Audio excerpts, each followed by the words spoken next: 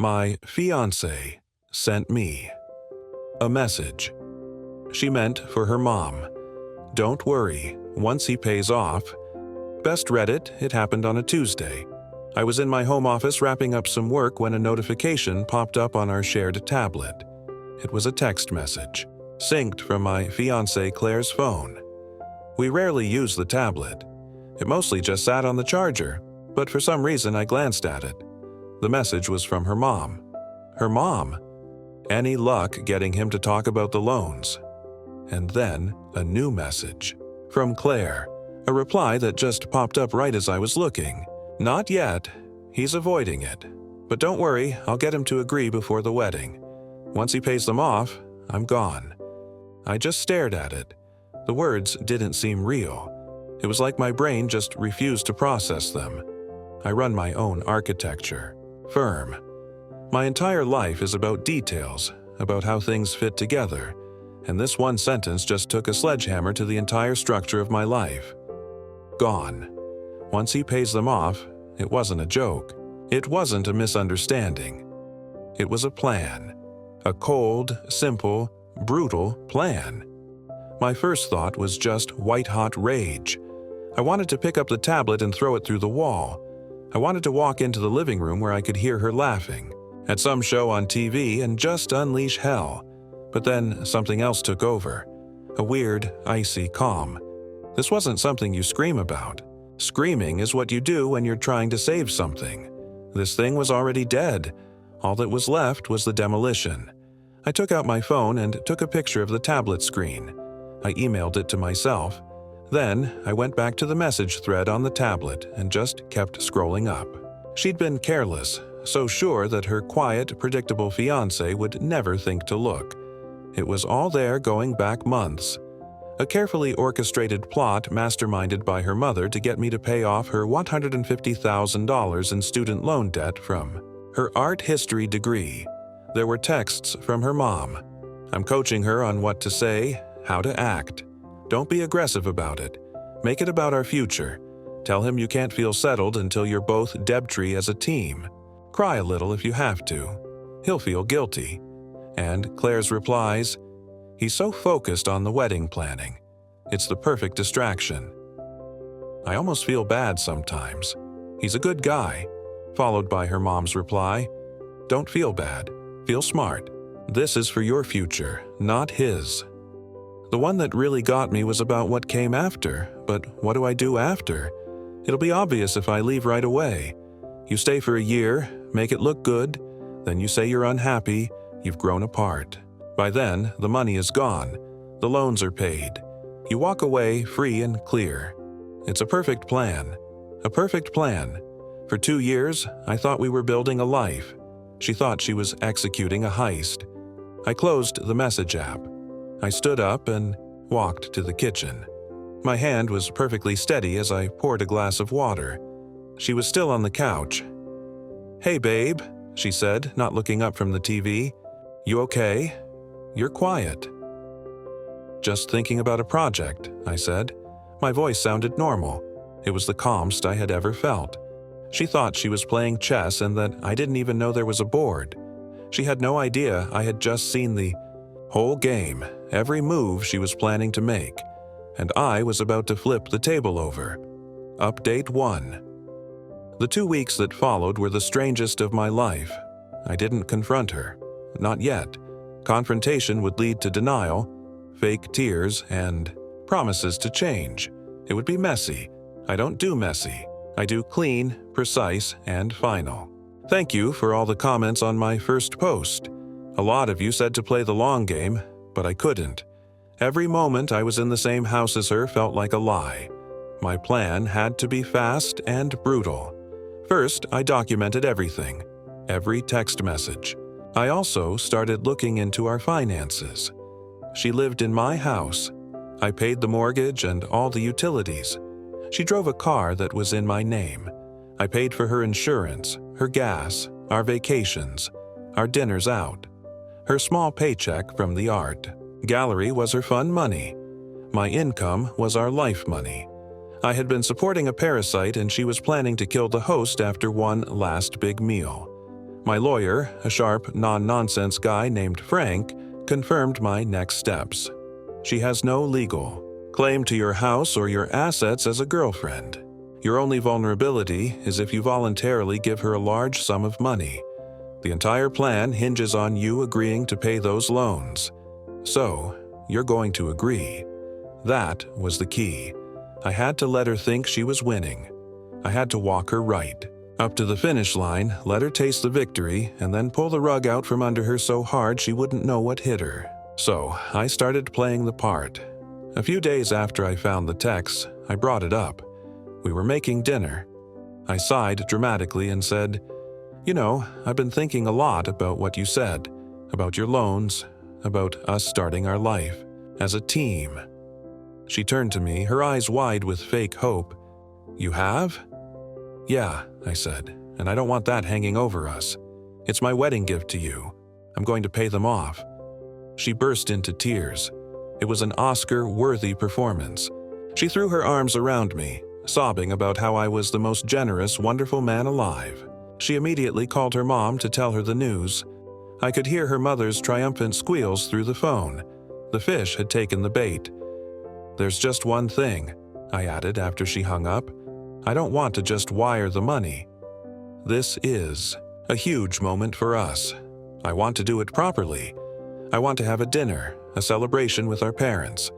I'll have my bank draw up a cashier's check for the full amount, and I'll present it to you that night in front of our families. A real symbol of us starting our new life together." She was ecstatic. A public ceremony of her victory. It was more than she could have dreamed of. She thought I was being romantic. I was just setting the stage. The dinner was last night. A private room in the best restaurant in town. Claire and her parents were on one side of the table. My parents were on the other. Claire was glowing, absolutely radiant. Her mom looked like a cat that had just swallowed a canary. Her dad, a decent guy who I now realize was completely clueless, just looked happy for his daughter. We went through the motions. Small talk, wine, appetizers. Claire and her mom kept exchanging little knowing smiles. My parents were talking about how excited they were for the wedding. Then, after the main course, I stood up. I had a single envelope in my hand. As you all know, I began. "I've asked you here for a special reason. Claire and I are about to start a life together, and I wanted to begin that life on the right foot. Claire, your student loan debt has been a huge burden on you, and because I love you, I want to lift that burden. So, as my wedding gift to you, I am paying off your entire student loan debt." My parents smiled, impressed by the gesture. Claire's dad clapped me on the shoulder. Claire and her mom were practically vibrating with joy. I opened the envelope, but I didn't pull out a check. I pulled out a single piece of paper. It was a printed, blown-up screenshot of the text message she had sent me 2 weeks ago. I laid it on the center of the table for everyone to see. "Don't worry, once he pays off my student loans, I'll leave." The silence that fell over that room was the loudest thing I have ever heard. Claire's face went from radiant joy to absolute, bone-white horror in a split second. Her mother looked like she had been slapped. My parents stared at the paper, then at Claire, their faces a mask of confusion and disgust. Her father read the text and the color drained from his face. He just looked at his daughter, then his wife, and the dawning realization was painful to watch. "This was never a wedding," I said, my voice cold and even. "It was a con, a very well-planned con, I'll admit. Your mother should be proud." I then pulled out a second set of papers. They were copies of the text conversations between Claire and her mom, the ones where they planned the whole scheme. I handed a set to my parents and a set to her father. "I believe these will answer any questions." "You might have," I said. Claire started sobbing, a pathetic, gasping sound. "Mark, no, it's not what it looks like. I can explain." "There's nothing to explain," I said, cutting her off. "You explained it all perfectly in your texts. The wedding is off. We are over." I looked at her dad. "I'm sorry you had to find out like this.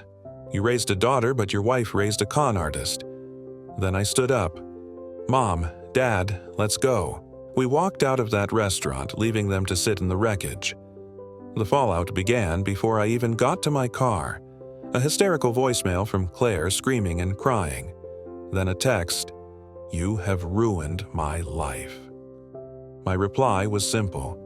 No, I just stopped paying for it. I got home and all her stuff was already gone. I'd had movers pack it up and deliver it to her parents' house while we were at dinner. The locks were changed. The digital T-code was erased. For the past 24 hours, my phone has been a war zone. I finally just blocked her number and her mom's. But I got one last desperate voicemail from a blocked number this morning. It was her. "Mark, please," she sobbed. "You can't do this. I made a mistake. A horrible mistake. My mom. She pushed me. Please, I'm going to go to your parents' house. I'm going to talk to them. They love me. They'll make you listen." She thinks this is a negotiation. She thinks she can deploy her fake tears and manipulate my parents. She has no idea who my father is. She has no idea what happens when you try to con a family of architects. She's about to try and reason with the man who taught me how to spot a fatal flaw from a mile away. Hey everyone, it's Mark, the OP from the story about the student loan scheme. First of all, the response to my first post was insane. I read hundreds of your comments and it felt good knowing I wasn't crazy for how I handled things. A lot of you were asking for an update, especially about what would happen when my ex-fiancée Claire tried to confront my parents. Well, she did. It, and the result was more spectacular than I could have ever planned. So, here's the final chapter.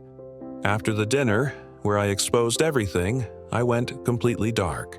I blocked Claire and her mom on everything. The silence was incredible. My parents, on the other hand, were getting the full court press. My mom told me Claire had left her a dozen tearful, rambling voicemails spinning a tale about how it was all a huge misunderstanding and how her mother had pressured her into a stupid joke. My mom wasn't buying a word of it. I had already warned them about Claire's final desperate threat from her last voicemail that she was going to show up at their house. My dad's only response was a calm, "Let her come." It happened on Saturday. I was at my own place trying to enjoy a quiet weekend when my dad called me. His voice was calm, but I could hear a steel edge to it that I knew well. "Mark," he said, "the demolition crew has arrived." He put the phone on speaker and set it down on the table in his study right next to the front door. I was about to have a front row seat. I heard the doorbell ring. I heard my mom open the door. Her voice was polite but frosty. "Claire, we weren't expecting you." Then I heard Claire, her voice thick with fake tears. "I am so sorry to bother you. I had to talk to you. I had to explain. Mark won't speak to me and he's not thinking clearly. He's throwing everything away over a misunderstanding." "It's not a misunderstanding when it's written in black and white, Claire." A deep voice cut in. That was my dad. He had stepped into the entryway. "My son showed us your texts. All of them." Claire started sobbing harder. "But that wasn't me. That was my mother. She's the one who is obsessed with my loans. She put all those ideas in my head. I love Mark. I would never hurt him. You know me. You know I love him." My dad let her finish. The silence stretched for a few seconds. Then he said, "I am an architect, Claire. My son is an architect. We build things, buildings, relationships, families. And the first rule of building, anything that is meant to last, is that you must have a solid foundation. You don't build on sand. You don't build on lies. And you certainly don't build on a blueprint of deceit and fraud." It wasn't fraud. She wailed. It was a mistake. "Was it a mistake when you texted your mother that you'd stay for a year to make it look good before leaving?" my dad asked, his voice sharp as glass. "Was it a mistake when you wrote that once you were debt-free, you would have options and wouldn't be trapped anymore? That doesn't sound like a mistake. That sounds like a meticulously designed plan, the kind of plan an architect can appreciate. From a technical standpoint, Morally, however, it is repugnant. He wasn't yelling. He was dissecting her piece by piece with surgical precision. "You didn't come here to explain," my dad continued. "You came here to execute the next phase of your plan.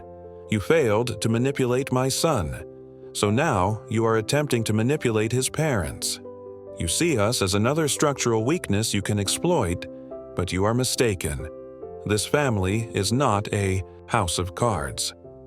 Just as Claire was about to launch into another round of excuses, I heard a car pull up outside. Then another knock at the door. My mom opened it again. "Oh, for heaven's sake," she muttered. It was Claire's parents. Her father, John, was in the lead, looking flustered. Her mother, Susan, was right behind him, her face a mask of practiced concern. "We are so sorry to be here like this," John began, trying to sound reasonable. "Our daughter is a wreck, as you can imagine. This has all been a terrible, terrible misunderstanding. I think Mark may have overreacted." My dad cut him off. "Overreacted? John, I saw the texts. Your wife coached your daughter step by step on how to commit financial fraud against my son. Did you know about this?" John puffed up his chest, trying to look indignant. "Of course not. I'm as shocked as you are. Susan was just trying to help Claire with her financial anxiety. Her methods were misguided, but her heart was in the right place. I had to give it to him. He was a good actor. At the restaurant, I'd almost felt sorry for him. I thought he was a clueless victim in his wife's and daughter's scheme. But my father has been designing and negotiating contracts for 40 years. He can spot a lie from a mile away. So, you're telling me," my dad said slowly, "that your wife and daughter have been planning this for over 6 months, and you, her husband and father, had absolutely no idea. You live in the same house, you share finances, and you never once had a single conversation about a plan to extract $150,000 from my son." "I am a busy man," John said dismissively. "I don't get involved in their day-to-day drama." "I see," my dad said. Then he delivered the final blow. "That's interesting, because I took the liberty of having a conversation with my son's lawyer this morning. He was quite interested in the legal definition of conspiracy to commit fraud. It's a fascinating subject. He mentioned that in cases like this, investigators will often look at a family's complete financial records, phone records, bank statements, everything to determine who was aware of the plan. It's amazing what a forensic accountant can uncover. The threat wasn't overt, but it was crystal clear, and it worked." John's face went white. Susan let out a little gasp. "Now, this is an overreach," John stammered, his composure finally cracking. "There is no need to involve lawyers." "Isn't there?" my dad countered. "Your daughter tried to steal a sum of money that would represent a down payment on a house. That's not a misunderstanding. That is grand larceny in a pretty dress. And you, by your own admission, either knew and did nothing, which makes you complicit, or you were so willfully ignorant of this scheme being hatched under your own roof that it amounts to gross negligence. Either way, you have no moral high ground here." He then turned his attention back to Claire. "You came to this house looking for an ally. You will not find one here. You targeted my son because you thought his kindness was a weakness. You saw his stability as an opportunity. You are a predator, and you are no longer welcome in this family or in this house. The engagement is over. The relationship is over. You will have no further contact with my son. If you attempt to contact him or us again, we will pursue a restraining order. Is that clear?" Claire just stood there speechless, her fake tears dried up, replaced by a look of pure, unadulterated shock. She had been so certain she could manipulate them. She had walked into what she thought was a negotiation and found herself in a demolition. "Now," my dad said, his voice dropping to a final, dismissive tone, "I suggest you and your family leave. You have a great deal to discuss, I imagine." I heard the door close. My dad picked up the phone. "Are you still there, Mark?" "I'm here," I said. My voice was a little shaky. "It's done," he said. "The site is clear." The aftermath was even more satisfying. John, terrified that my dad would actually follow through and that his own shady finances might come to light, completely imploded. He and Susan had a massive fight right there in my parents' driveway. He blamed her for the plan failing. She blamed him for not being a better actor. Claire was left with nothing. Her parents are apparently on the verge of divorce. Their own marriage built on a foundation just as rotten as the one she tried to build with me. Her father has cut her off financially, furious at the public humiliation and the risk she exposed him to. So Claire is now back at home in a house at war with itself, with no fiancé, no job that can cover her bills, and $150,000 of student loan debt that is still and will forever be entirely hers. She didn't just lose a fiancé, she lost her entire support system. She gambled everything on a perfect plan and she lost it all. The demolition is complete.